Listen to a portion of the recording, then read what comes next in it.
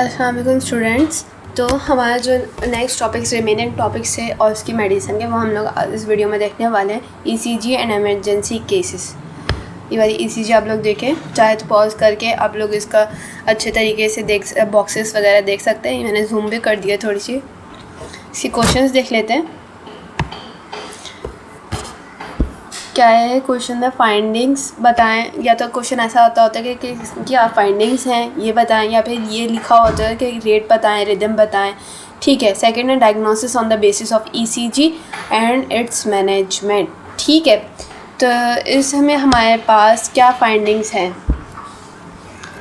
Eight suppose हम लोग ज़्यादातर जो है ना लीड 2 को देख रहे थे। लीड 2 अलग से ईसीजी में अलग से यहाँ पे मेंशन होती है, लेकिन यहाँ इस वाली ईसीजी में नहीं है। कोई बात नहीं, हम लोग इसी को जूम करके देख लेते हैं। एट सपोज ये ये वाली हमारे पास लीड है, लीड 2। ठीक है।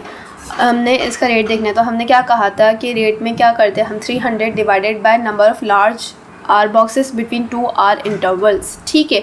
या फिर number of small boxes 1500 divided by number of small boxes. ठीक है। अगर हम 2 आर इंटरवल के दरमियान का जो हमारे पास डिफरेंस है ये लें,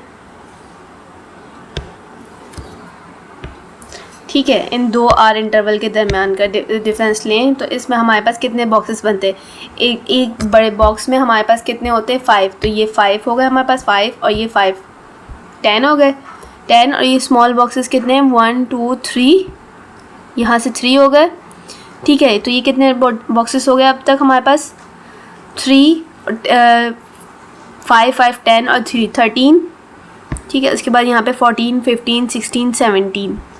तो ये टोटल हमारे पास 17 स्मॉल स्क्वायर बॉक्सेस हैं। तो हम लोग इसको अगर हम लोग डिवाइड कर देंगे 1500 डिवाइडेड बाय 17, तो ये हमारे पास क्या आ जाएगा, हमारे पास रेट आ जाएगा। ठीक है। जो भी रेट आएगा 1500 डिवाइडेड बाय 17, तो हम उसमें रेट लिख देंगे।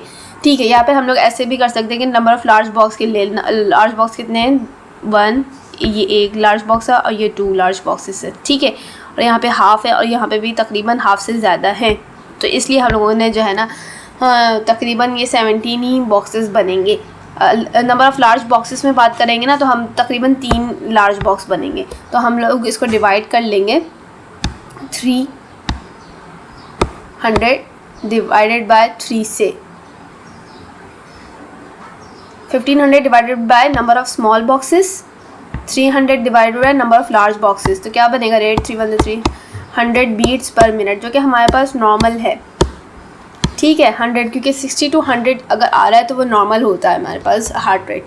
ठीक है। उसके अलावा रेट हमने देख लिया। अगर अब हम रिदम देखेंगे, तो रिदम में हमारे पास क्या है कि हमने क्या कहा था, number of boxes between 2 R intervals के दरमियान, इन और 2 आर इंटरवल के दरमियान अगर हमारे पास नंबर ऑफ़ बॉक्सेस इक्वल है, हमने कोई भी आर वेव ले लेनी है, अगर इन 2 आर वेव के दरमियान हमारे नंबर ऑफ़ बॉक्सेस इक्वल है, तो हम लोग उसको क्या कहते हैं कि रेगुलर रिदम है। ठीक है। लेकिन सबसे पहले हमने रिदम देखना होता है, क्योंकि रेट जो है ना फिर उसके हिसाब से उसका डिफरेंट फॉर्मूला, इरेगुलर रिदम का अलग फॉर्मूला होता है, जो कि मैंने प्रीवियस क्लिनिकल मेडिसिन में वीडियोस डाली हैं, आप लोग वहाँ से देख लीजिएगा।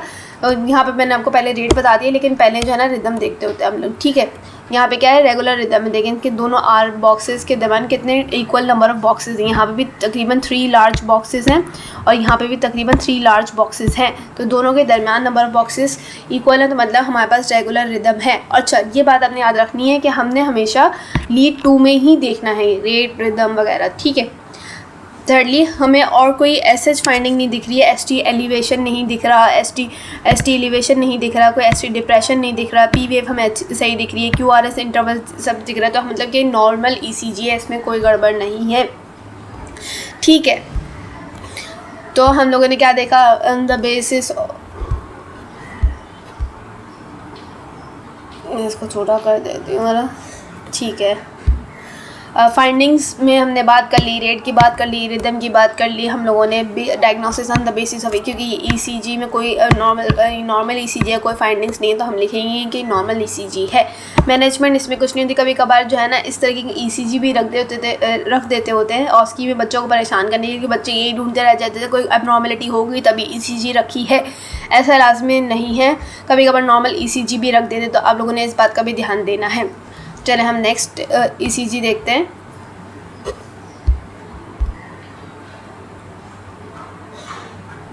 ये मैंने जूम कर दिया ताकि आप लोग ना देख लें अच्छे से, ठीक है। अगेन क्वेश्चंस जो है ना ईसीजी के यही सेम होते हैं कि इसमें फाइंडिंग्स पूछी जाती हैं, डायग्नोसिस पूछी जाती है और मैनेजमेंट पूछी जाती है। तो अगर हम लोग इस वाली ईसीजी में देखें तो हमारे पास लीड 2 में ही हम लोग देख रहे हैं और देखते भी लीड 2 में ही हैं। मेजर डिफरेंस हम लोगों को यहाँ पे एक बहुत प्रोमिनेंट चीज़ दिख रही है, वो है एसटी एलिवेशन, ठीक है। इसमें हम लोग जो है ना, जो हमें अबनॉर्मल फाइंडिंग दिख रही है तो हम लोग सबसे पहले ना उसको पॉइंट आउट कर लेंगे क्योंकि ये हमें बहुत प्रोमिनेंट दिख रही है। रेट भी उसी तरह निकालेंगे और रिदम भी इसी तरीके से निकालेंगे, आर इंटरवल को देखेंगे, ठीक है। लेकिन जो मेजर एबनॉर्मलिटी दिख रही है तो आपने उसके ऊपर फोकस करना है। अगर इस केस में लिखा हुआ होता है कि आप इसमें फाइंडिंग्स बताएं तो आपने एबनॉर्मल फाइंडिंग्स बतानी है, ठीक है। और अगर लिखा होता है कि रेट और रिदम पता है तो फिर रेट और रिदम बताते हैं। लेकिन जो भी एबनॉर्मल ईसीजी होगी उसमें ज़्यादातर यही क्वेश्चन हुआ है कि आप इसकी फाइंडिंग्स बताएं। तो आप लोगों ने बगैर टाइम वेस्ट किए बगैर जो है ना, जो इसके आपको फाइंडिंग्स दिख रही हैं एबनॉर्मल फाइंडिंग्स, वो ही बतानी है, ठीक है। तो इसमें हमें क्या दिख रहा है, एसटी एलिवेशन दिख रहा है लीड 2 में। फिर हम लोग और भी लीड्स में देखेंगे करने के लिए कि हमारे पास और कौन कौन सी लीड्स में दिख रहा है एसटी एलिवेशन। देखें हमारे लीड 3 में भी एसटी एलिवेशन दिख रहा है हम लोग को, और इसके अलावा हमें एवीएफ में भी एसटी एलिवेशन दिख रहा है, और एसटी एलिवेशन कहीं दिख रहा है नहीं, और कहीं भी एसटी एलिवेशन नहीं दिख रहा है। तो जैसे कि हमने प्रीवियस ऑस्की क्लिनिकल मेडिसिन वाली ईसीजी वाली वीडियो में बात की थी, जहाँ भी एसटी एलिवेशन दिखेगा, अगर हमारे पास लीड 2, 3 में और एवीएफ में हमें जो है ना अगर एसटी एलिवेशन दिखेगा तो उसका क्या मतलब है कि वो इन्फीरियर वॉल एमआई है, ठीक है। तो ये आपको मैंने इसका निमोनिक भी उस वक्त बताया था कि 2, 3 AVF, F for inferior wall MI, ठीक है। और भी देख लें, और कोई और तो एबनॉर्मलिटी नहीं मिली, वैसे मुझे तो नहीं दिख रही है इसके अंदर। तो हम लोग डायरेक्ट से क्वेश्चंस पे आते हैं।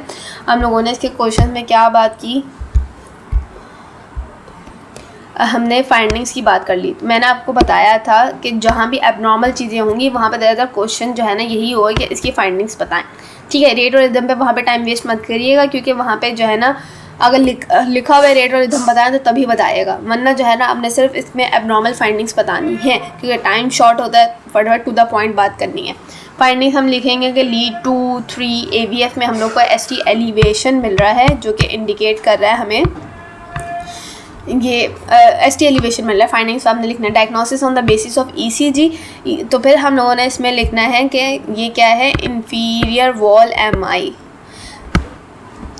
कभी कभार जो है ना क्या होता है कि वो जो है इन्फीरियर लैटरल वॉल एमआई भी दे देते हैं। तो आप लोगों ने ना लैटरल वाली जो हमारे पास AVL वाली थी ना उसको भी हमने देखना है कि इसमें कोई हमें ना एसटी एलिवेशन नहीं मिल रहा है। कभी कभार ऐसा होता है कि दोनों में जो है ना एसटी एलिवेशन होता है, तो वो फिर वो वाली पिक्चर जो है ना हमारे पास होगी इन्फीरियर लैटरल या लैटरल इन्फीरियर एमआई। लेकिन इस वाले केस में हमारे पास क्या है, इन्फीरियर वॉल एमआई, क्योंकि सिर्फ लीड 2, लीड 3 AVF में हमें एसटी एलिवेशन मिल रहा है। मैनेजमेंट कैसे करनी है, मैनेजमेंट के लिए एक निमोनिक होता है हमारे पास मोना,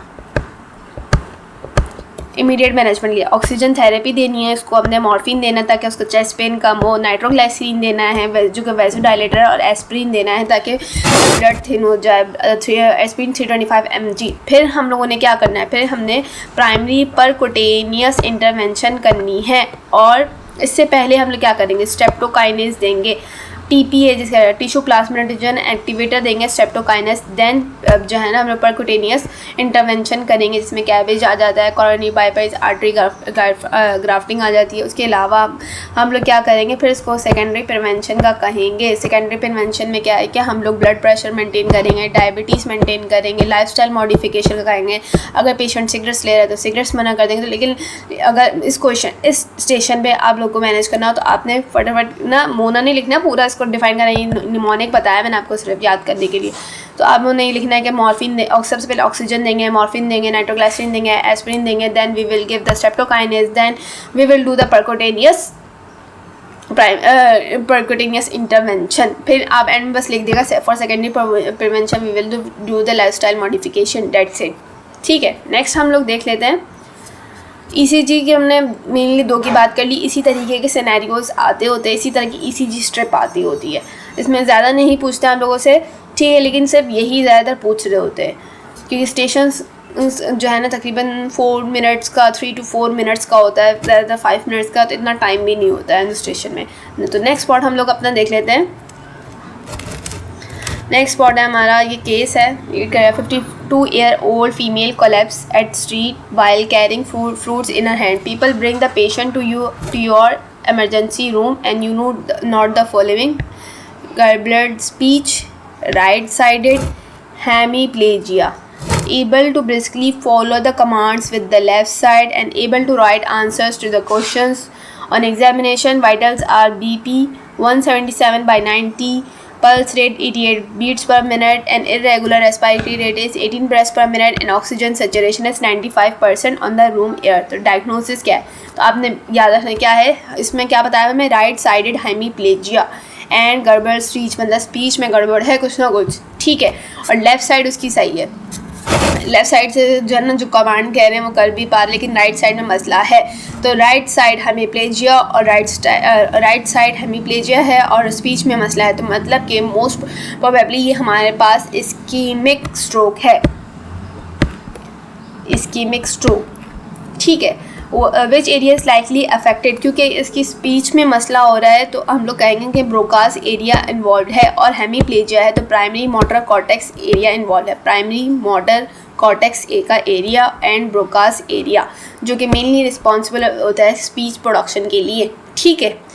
उसके बाद क्या है, which artery is most likely affected, क्योंकि ब्रोकास एरिया है तो हम लोग कहेंगे कि मिडल सेरिब्रल आर्टरी इन्वॉल्व है, और इसके अलावा most likely middle cerebral artery involve है। और अगर फर्दर से पूछा जाए कौन सी, राइट लेफ़्ट, तो हम लोग क्या कहेंगे कि राइट वाली ज़्यादा इन्वॉल्व है, मे भी चांसेस हैं कि राइट वाली इन्वॉल्व, लेकिन आपने सिर्फ ये लिख देना है कि मिडल सेरिब्रल आर्टरी इन्वॉल्व है, क्योंकि लेफ़्ट भी इन्वॉल्व हो सकती है कि कॉन्ट्रालैटरल होता है इसका, ठीक है, मिडल सेरिब्रल आर्टरी, लेकिन आपने यहाँ क्या लिखना है, इसमें राइट और लेफ़्ट के चक्कर में नहीं पढ़ना है, आपने सिर्फ ये लिख देना है कि मिडल सेरिब्रल आर्टरी इन्वॉल्व है, ठीक है। सेकेंडली जो है ना हमारे पास एंटीरियर सेरिब्रल आर्टरी भी इन्वॉल्व हो सकती है।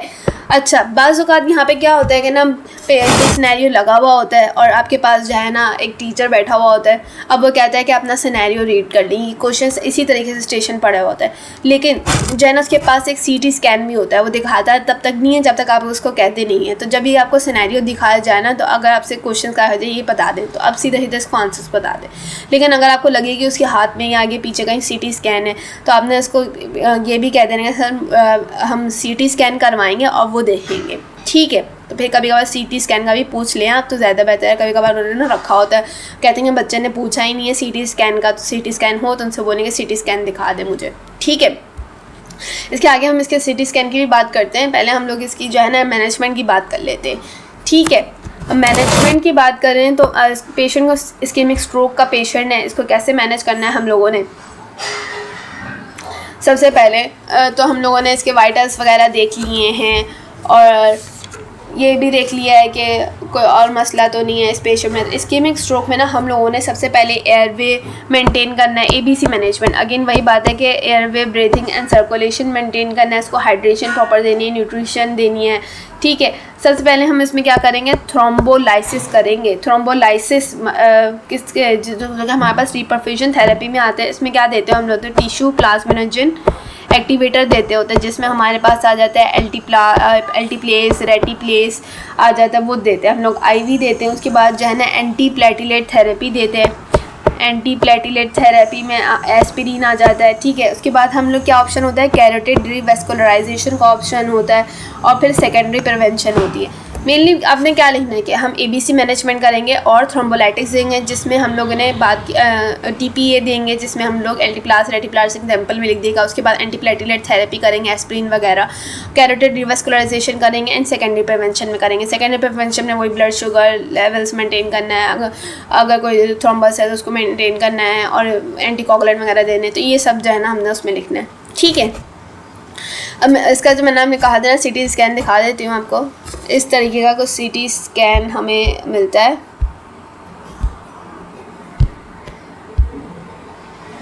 तो ये CT स्कैन में हम लोग क्या शो हो रहा है, अच्छा जो हाइपर डेंस लीजन होती है ना हमारे पास, वो इंडिकेट करती है कि हमारे पास क्या है, ये इस्कीमिक है, इस्कीमिक एरिया, इस्कीमिक स्ट्रोक है। हाइपर डेंस लेकिन डार्केस्ट दिख रही ना, क्या दिख रही है, हाइपर डेंस की बात कही है मैंने,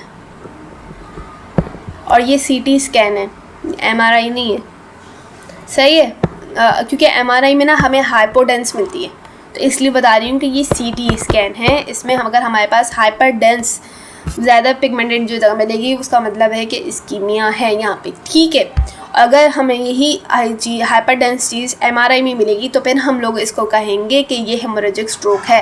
तो मेनली CT के बारे में ही आपसे पूछा जाता है, लेकिन अगर कभी कभार वाइवा में आपसे इसके MRI के बारे में पूछ लिया जाए तो आपको पता होना चाहिए। तो ये डिफरेंस है कि CT में हमें हाइपरडेंस होगा तो इस्कीमिक स्ट्रोक होगा। और यहाँ पर भी देखें, जो मैंने आपको कहा था ना टेरिटरी बताने के लिए कि कौन सी आर्टरी इन्वॉल्व है, तो मैं वो इसलिए कह रही थी आर्टरी का, क्योंकि CT में ज़्यादा अच्छे से पता चल जाता है। इस पर आर्टरी का देखेंगे, यहाँ पे एंटीरियर सेरेब्रल आर्टरी और ये मिडल सेरेब्रल आर्टरी की टेरिटरी है, तो वो इन्वॉल्व है, ठीक है। हाइपरडेंस है, याद रखना हमने, हाइपरडेंसली होगी। नेक्स्ट सिनेरियो देख लेते हैं। ज़्यादातर जो है ना CT हमारे पास इस्केमिक स्ट्रोक का होता है और हेमोरेजिक स्ट्रोक का होता है, लेकिन ना CT के अलावा जो इसका सिनेरियो होता है ना वो मोस्ट इंपॉर्टेंट होता है, क्योंकि सिनेरियो से ही आपको पता चल जाता होता है कि किस चीज़ का किसकी डायग्नोसिस क्या है, तो फिर उस हिसाब से आपने ट्रीटमेंट बतानी होती है। और अक्सर बच्चे ना इस्कीमिक और हेमोरेजिक स्ट्रोक की ना ट्रीटमेंट मिक्सअप कर देते हैं, तो इसकी ट्रीटमेंट ना दोनों की अलग अलग है। तो आप लोगों ने दोनों की अलग अलग ही याद करनी है ताकि आप लोग को भी आसानी हो। बच्चे जो है ना स्टेशन पे आके दोनों मिक्सअप करके बता रहे होते हैं, तो आप लोगों ने मिक्सअप नहीं करनी है, ठीक है। यार केस सिनेरियो देख लेते हैं। A 49-year-old man with sudden onset of severe headache followed by a syncopal episode, severe headache. Syncopal episode at work. Colleagues called ambulance who found him awake but confused.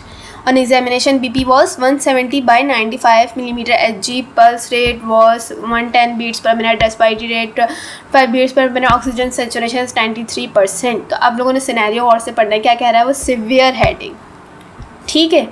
सिंकोपल episode, hypertensive है, ये देखें BP बढ़ा हुआ है, ठीक है, और patient उठा तो हुआ लेकिन कंफ्यूज है, मतलब ऑल्टर्ड लेवल ऑफ कॉन्शियसनेस। तो ये माइंड में रख लिया आप, severe headache, sudden severe headache, ठीक है। जहाँ भी कहीं भी ये बात आ जाए आपके, ऊपर से हाइपरटेंसिव, मोस्ट प्रोबेबली हाइपरटेंसिव, तो ये किस तरीके से इशारा कर, जब भी हमारे पास severe headache along with altered level of consciousness और प्लस पॉइंट में हाइपरटेंशन भी आ जाए, तो मतलब कि ये हमारे पास सब एरेक्नॉइड हिमरेज है, सब एरेक्नॉइड हिमरेज। वैसे तो मैं हेमोरेजिक स्ट्रोक भी कह सकती थी, हेमोरेजिक स्ट्रोक की एक टाइप है ना सब एरेक्नॉइड हिमरेज, वो है। हेमोरेजिक स्ट्रोक भी कह सकती थी। अब हेमोरेजिक स्ट्रोक को फर्दर दो कैटेगरीज में डिवाइड करते हैं ना, इंट्रा सेरेब्रल हेमरेज एंड सब एरेक्नॉइड हेमरेज। तो ये हेमोरेजिक स्ट्रोक तो है ही है, लेकिन उसकी भी फर्दर टाइप में क्या है, सब एक्यूट हेमोरेज, क्योंकि इसमें सिवियर हेडेक है। जहाँ कहीं भी सिवियर हेडेक की बात हो, सिवियर सडन हेडेक या थंडर क्लैप हेडेक, या पेशेंट कहे कि आज तक मेरे सर में ऐसा दर्द कभी नहीं हुआ, इतना तेज़ दर्द और शदीद, तो जब भी ये बात है तो आपने फ़ौरन रखना है कि ये हमारे पास सब एक्यूट हेमरेज है, ठीक है, सब एरेक्नॉइड हेमरेज है, ठीक है। डायग्नोसिस क्या होगी हमारे पास, सब एरेक्नॉइड हेमरेज। सेकेंडली हमारे पास ये होता है किस वजह से, बेसिकली ये कोई एनोरिज्म रप्चर हो जाए उस वजह से भी हो सकता है। तो आप लोगों ने ये बात याद रखनी है। मैनेजमेंट के ऑप्शंस क्या हैं कि हम लोगों ने इन पेशेंट में बीपी कंट्रोल करना है। बीपी देखेंगे हाइपरटेंसिव है, 170 by 95 है। कैल्शियम चैनल ब्लॉकर्स दे सकते हैं इन पेशेंट्स में। हम लोग सीज़र की प्रोफाइलेक्सिस करनी है, क्योंकि इनमें बहुत चांसेस होते हैं सीज़र हो जाए। प्रोफाइलेक्स में हम लोग सोडियम वेलप्रोएट दे सकते हैं, कार्बामाज़ेपाइन दे सकते हैं, ये सब दे सकते हैं। और अगर के इसमें हम लोग CT वगैरह करवाएंगे और अगर हमें कोई एनोरिज्म वगैरह मिलता है तो हम लोगों ने उसकी सर्जिकल क्लिपिंग कर देनी है उस एनोरिज्म की, ठीक है। उसके अलावा कभी कभार ना कॉम्प्लिकेशन से पूछ लेते हैं कि क्या कॉम्प्लिकेशंस हो सकती हैं सब एरेक्नॉइड हेमरेज की। सब कॉम्प्लिकेशंस क्या हो सकती है हमारे पास, DVT हो सकता है, डीप वेनस थ्रोम्बोसिस हो सकता है, या फिर सिवियर इनएप्रोप्रिएट हार्मोन डेफिशिएंसी हो सकती है, जो वो नहीं था SIAH एड्रेनोकॉर्टिकल हार्मोन्स, वो हो सकता है। उसके अलावा इंटरमिटेंट रिस्ट्रिक्टिंग फ्री वाटर, सही है, कॉम्प्लिकेशन यही है इनकी। उसके अलावा नेक्स्ट हमारे पास कभी कभी इसमें सीटी भी रख देते हैं, लेकिन अगर हमारे पास सब एराक्नॉइड का हेमरेज का होता है ना, तो ज़्यादातर सीवियर हेडेक का ही बताया गया होता है, sudden onset severe headache. Next है हमारे पास